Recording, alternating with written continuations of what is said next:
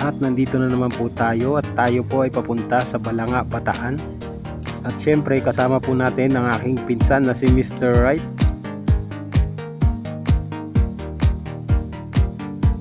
Kabilin-bilinan po niya bago kami umalis ay huwag daw isusuko ang Bataan.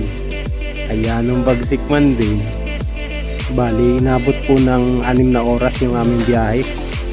Pinsan, ano masasabi mo?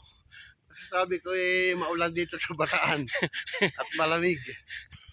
Bali dito po sa video natin is papasyalan po natin ang dambana ng Kagitingan.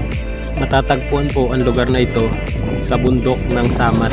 Yan, napot na po tayo ng ulan. Ang pugi talaga yung tapisan ko.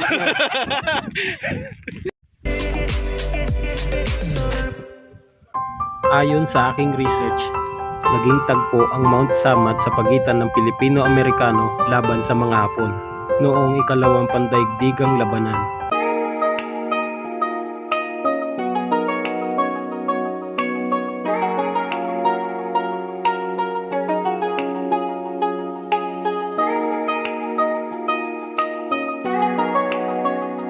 What's up guys, at nandito na tayo sa taas.